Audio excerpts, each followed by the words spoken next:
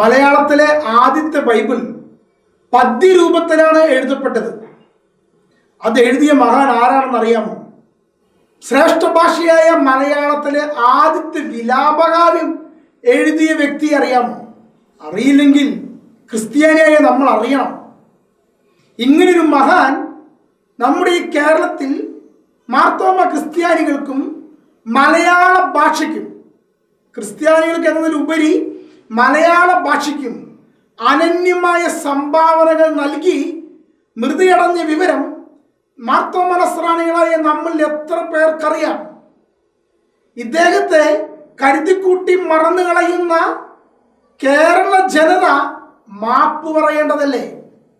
ആരാണ് ഈ മഹാൻ?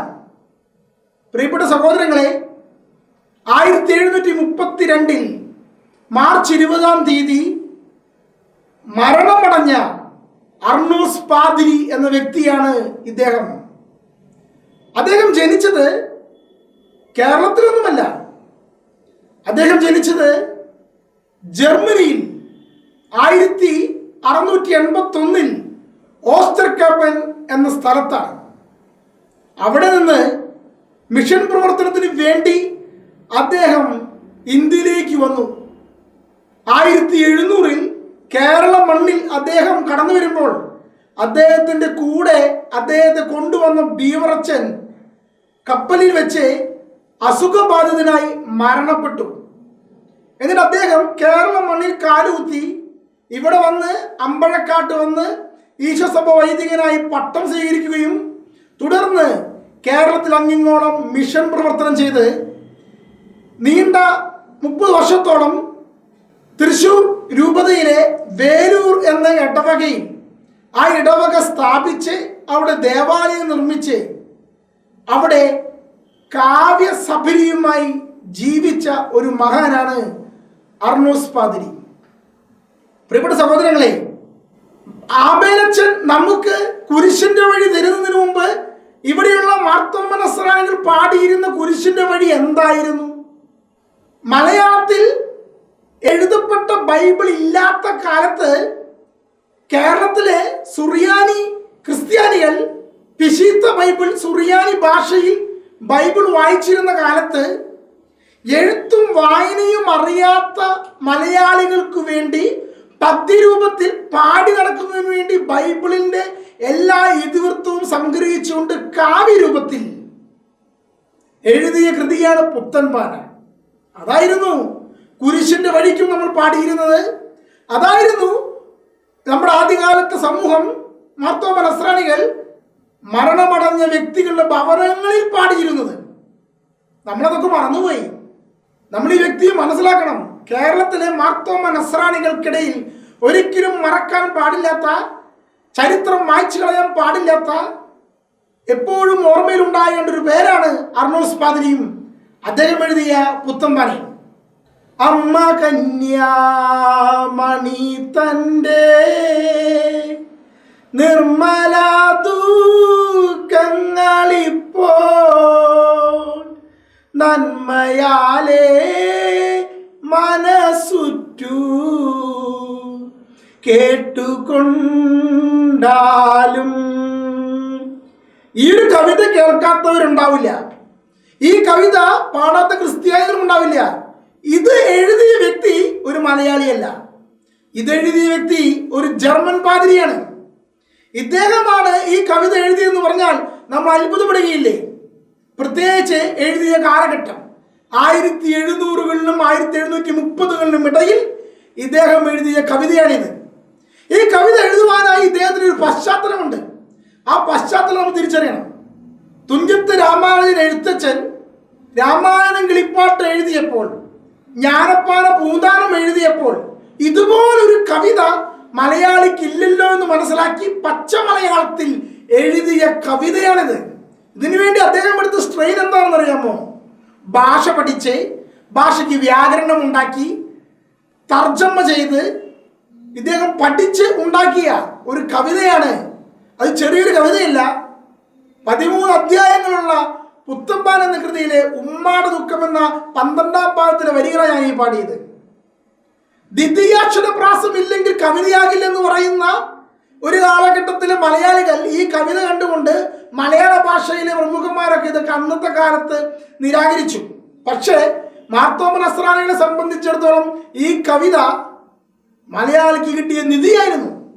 പുത്തൻപാലയിൽ പറയുന്നത് ആദം മുതൽ യേശുക്രിസ്തുവിന്റെ മരണം, ഉത്ഥാനം, ശിഷ്യന്മാരെ അയക്കുന്ന ആ ഒരു സുവിശേഷത്തിന്റെ സംഗ്രഹം മുഴുവൻ പദ്യരൂപത്തിൽ എഴുതിയ പുസ്തകമാണ് ഈ പുത്തൻപാല.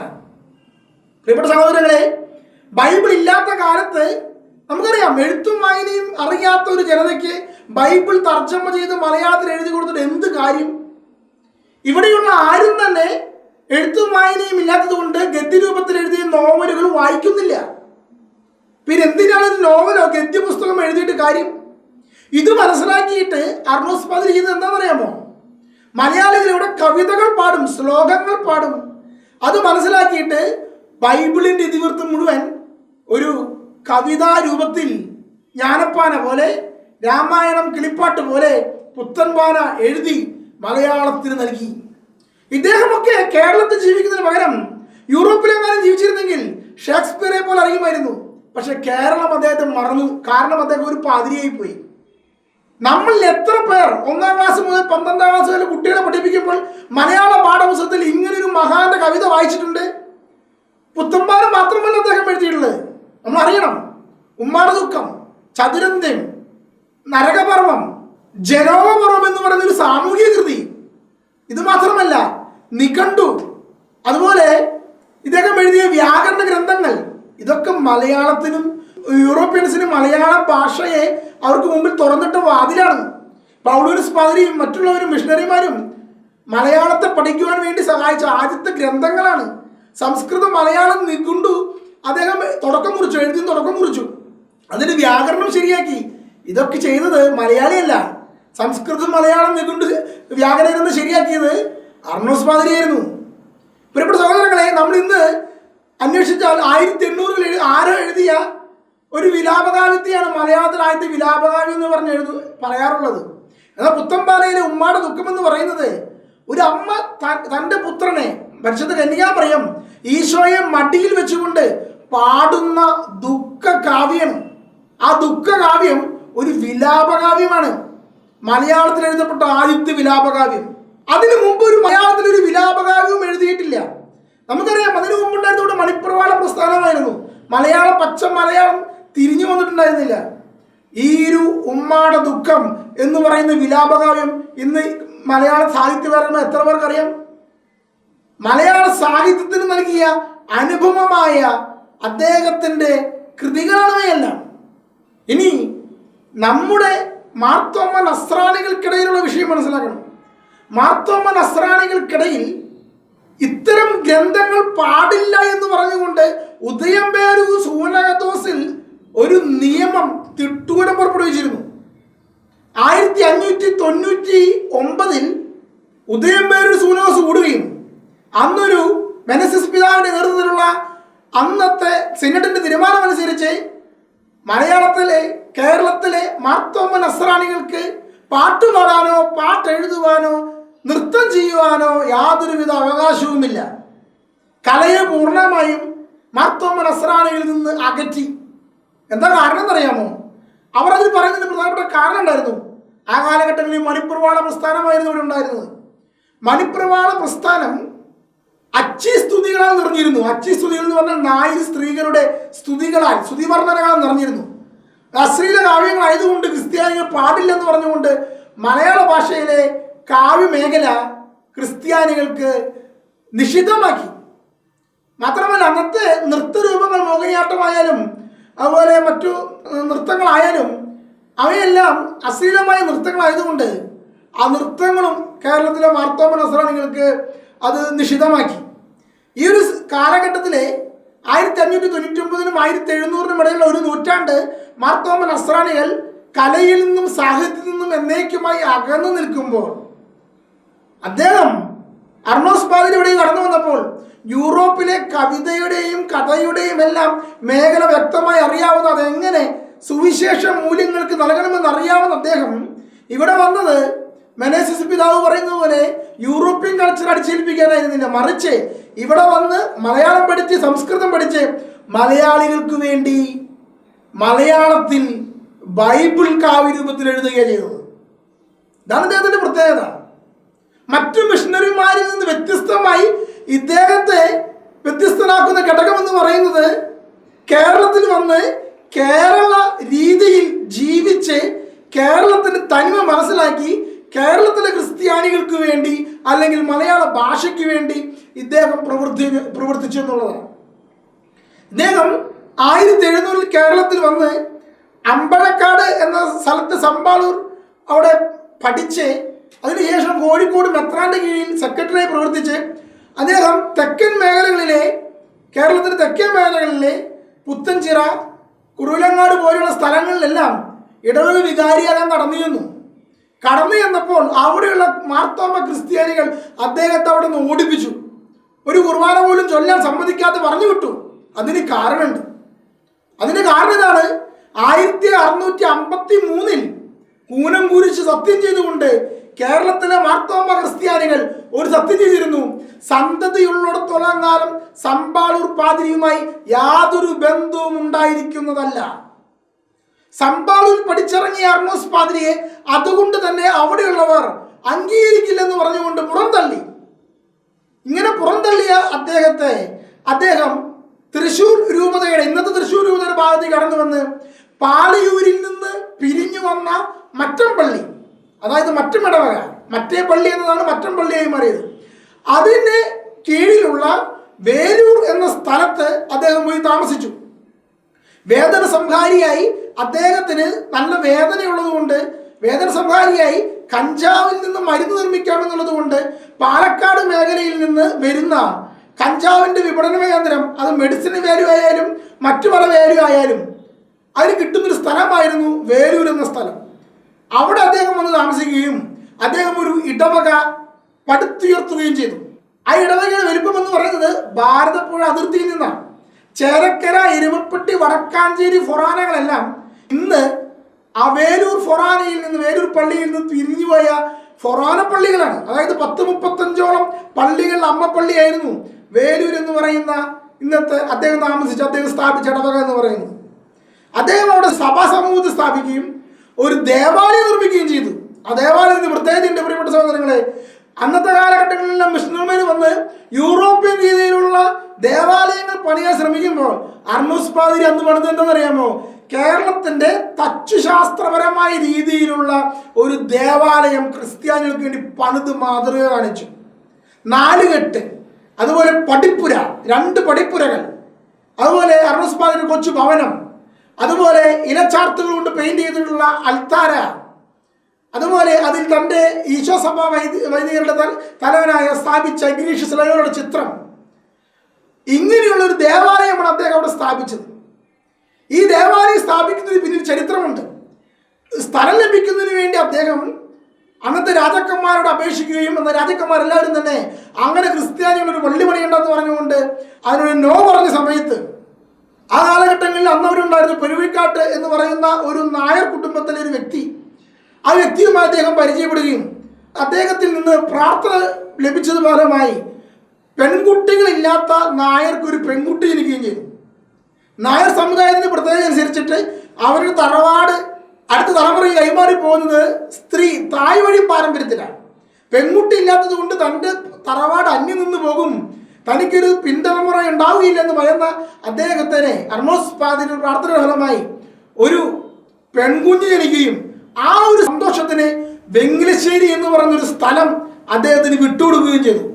അങ്ങനെ ആ വെങ്ങിലശ്ശേരി എന്ന സ്ഥലത്താണ് അദ്ദേഹം ഒരു ദേവാലയം പണിതതും അവിടെ വെച്ച് അദ്ദേഹം കൃതികൾ എഴുതുകയും ചെയ്തു. ഇദ്ദേഹം സംസ്കൃതം പഠിച്ചതിന് പിന്നിൽ കഥയുണ്ട്.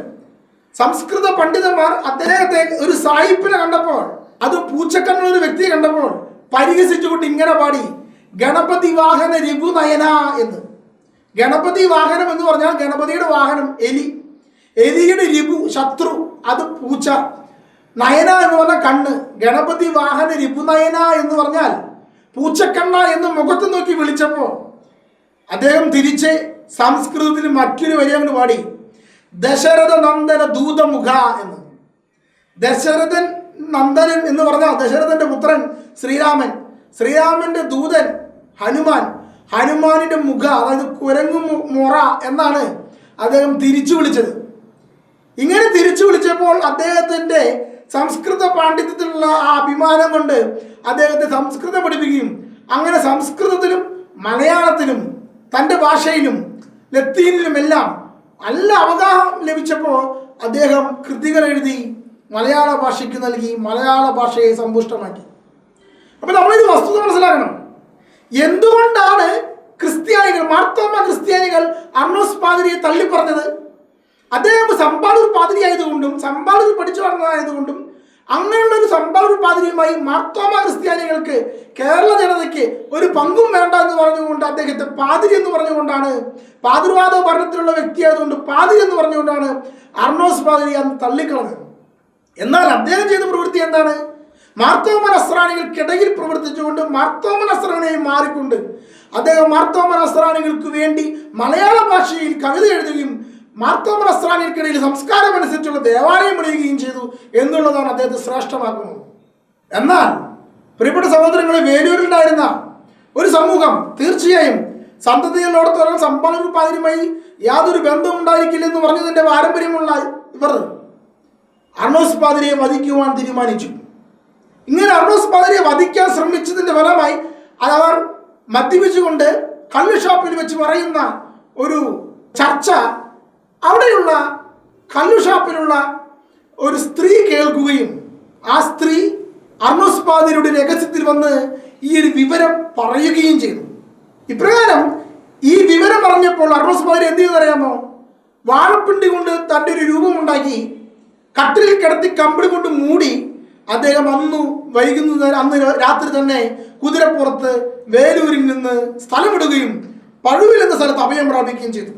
6 മാസത്തോളം അവിടെ പ്രവർത്തിച്ച് അവിടെ വെച്ച് അദ്ദേഹത്തിൻ്റെ തൊപ്പിക്കുള്ളിൽ ഒരു പാമ്പ് കടന്നു വന്നിരുന്ന് പാമ്പ് കടിയേറ്റ് അദ്ദേഹം മരിക്കുകയും ചെയ്തു. ഇതാണ് അദ്ദേഹത്തിൻ്റെ ചരിത്രം എന്ന് പറയുന്നത്. ഇതാണ് അദ്ദേഹം നേരിട്ട വെല്ലുവിളി എന്ന് പറയുന്നത്. പ്രിയപ്പെട്ട സഹോദരങ്ങളെ, ഇങ്ങനൊരു മനുഷ്യനെ നമ്മൾ മറക്കാൻ പാടുമോ? അന്നത്തെ പാതിർവാദവും പ്രൊപ്പഗൻഡ ഭരണത്തിലേക്ക് മാറിയതും അതുപോലെ തന്നെ പാതിരിമാരോട് ദേഷ്യമുള്ളത് കൊണ്ട് തന്നെ പാതിരിമാരെ മറക്കാനായിരിക്കുന്ന മാർത്തോമ നസ്രാണികളുടെ സമൂഹമുള്ളത് കൊണ്ടും അദ്ദേഹം വിസ്മൃതിയിലേക്ക് മെല്ലെ മെല്ലെ പടർന്നു ചെന്നു. ഒരു ജർമ്മൻ സാഹിബ് മലയാളത്തിൽ സാഹിത്യം എഴുതിയിട്ട് മലയാളത്തെ വളർത്തുന്നത് അഭിമാനിക്കാൻ താല്പര്യമില്ലാത്തത് കൊണ്ട് മലയാളം സാഹിത്യവും അദ്ദേഹത്തെ മറന്നു. ഇതാണുണ്ടായത്. ഇന്ന് അദ്ദേഹത്തിൻ്റെ കൃതികളുടെ ശക്തി, അദ്ദേഹത്തിൻ്റെ മലയാളത്തിൻ്റെ ഒരു കാവ്യഭംഗി പാടുന്നതിന് വേണ്ടി ഒരു പാട്ട് പാടാം. അദ്ദേഹം പുത്തമ്പാനിൽ എഴുതിയത്: നാരി കയ്യാൽ ഫലം തിന്നു നരന്മാർക്കു വന്ന ദോഷം, നാരിയാമേം ഫലം തന്നിൽ ഒഴിച്ചോ പുത്ര. എത്ര മനോഹരമായിട്ട് എഴുതിയിരിക്കുന്നത്! മരത്താലേ വന്ന ദോഷം, മരത്താലേ പോക്കിടാനാ, മരത്തിന്മേൽ തൂങ്ങി നീയും മരിച്ചോ പുത്ര. എത്ര മനോഹരമായാണ് അദ്ദേഹം പ്രാസം ഒപ്പിച്ച് പാടിയിരിക്കുന്നത്. നോക്കൂ, എത്ര മനോഹരമായിട്ടാണ് എഴുതിയിരിക്കുന്നത്. ദ്വിതീയാക്ഷരപ്രാസം ഇല്ലെന്നൊക്കെ പറഞ്ഞ് ഈ ഒരു കവിത ഇന്നത്തെ കാലത്ത് തള്ളിക്കളയാൻ പറ്റുമോ? ഇന്നത്തെ കാലത്ത് എഴുതുന്ന പല കൃതികളും, പ്രത്യേകിച്ച് ഈ ന്യൂജൻ കവിതകളിലൊക്കെ എന്ത് ദ്വിതീയാക്ഷരപ്രാസം ഉള്ളത്? ഇത്ര മനോഹരമായ മലയാള കവിതകളെയാണ് മലയാളം മറന്നുപോയത്. നമ്മൾ ചിന്തിക്കണം. മലയാളത്തിൽ എത്ര കവിതകളുണ്ട് മലയാള പണ്ഡിതന്മാരുടെ, ക്രിസ്ത്യൻ പണ്ഡിതന്മാരുടെ എത്ര കവിതകളുണ്ട്. ഒരു സിസ്റ്റർ മേരി മേനിയല്ലേ ഒരു കവിതാ സമാഹാരമായി നമുക്ക് ചൂണ്ടിക്കാണിക്കാൻ പറ്റുന്നുള്ളൂ. ഇദ്ദേഹത്തിൻ്റെ കൃതികൾ ഒരിക്കലും വിസ്മരിക്കപ്പെടാത്ത, പാടില്ലാത്തൊരു കൃതികൾ. പ്രിയപ്പെട്ട സഹോദരങ്ങൾ, ഇന്നും നമ്മുടെ മുമ്പിൽ മാർത്തോമ നസ്രാണികൾ പാടി നടക്കുന്ന പുത്തമ്പാനയും മറ്റു ഗാനങ്ങളും ഇന്നും അദ്ദേഹത്തിൻ്റെ ശ്രേഷ്ഠത നമ്മെ ചൂണ്ടിക്കാണിക്കുകയാണ്. പലപ്പോഴും പുത്തമ്പാന ആരാണ് എഴുതിയത് എന്ന് പലർക്കും അറിഞ്ഞുകൂടാ. പ്രിയപ്പെട്ട സഹോദരങ്ങളെ, അർണോസ് പാതിരിയുടെ യഥാർത്ഥ നാമം ജോൺ ഏണസ്റ്റ് ഹാൻസിൽഡൻ എന്നാണ്. അദ്ദേഹത്തെ മാർത്തോമ നസ്രാണികൾ സ്വീകരിച്ചത് അർണോസ് പാതിരി ആയിട്ടാണ്. അദ്ദേഹത്തെ മറക്കാൻ പാടില്ല എന്നുള്ളത് കൊണ്ടാണ് കഴിഞ്ഞ ഞായറാഴ്ച മാർ ആൻഡ്രൂസ് താഴത്ത് പിതാവ് തൃശ്ശൂർ രൂപതയിൽ ഒരു ഇടയലേഖനം ഇറക്കി. എല്ലാ ഡിസംബർ മാസം 1-ാം തീയതിയും അർണോസ് അനുസ്മരണ ദിനമായി ഇന്നു മുതൽ തൃശ്ശൂർ രൂപതയിലെ എല്ലാ ഇടവകകളും ആഘോഷിക്കണം. ഈ കവിതകളെ മറക്കാൻ മലയാളികൾ പാടില്ല, മാർത്തോമാ നസ്രാണികൾ ഒരിക്കലും പാടില്ല. അതിനാൽ ഇദ്ദേഹത്തിൻ്റെ കൃതികൾ അനുസ്മരിക്കുവാനും, പ്രത്യേകിച്ച് നമ്മുടെ സ്കൂളുകളിൽ കുട്ടികൾ മലയാളം പഠിക്കുമ്പോൾ ഈ കൃതിയുടെ ശകലം വരിയിലും പഠിക്കുവാനും, മലയാള ഭാഷ മറക്കാൻ പാടില്ലാത്ത, മാർത്തോമ ക്രിസ്ത്യാനികളെക്കാൾ കത്തോലിക്കരെക്കാൾ മലയാള ഭാഷ മറക്കാനും പാടില്ലാത്ത ഈ കവിയെ, ഈ മഹാനെ അനുസ്മരിക്കുന്നതിനും നന്ദി കാണിക്കുന്നതിനും വേണ്ടി ഇടപെടണമെന്നും സമൂഹം ഉണരണമെന്നും അഭ്യർത്ഥിച്ചുകൊണ്ട് നിർത്തുകയാണ്. ദൈവം നമ്മെ അനുഗ്രഹിക്കട്ടെ.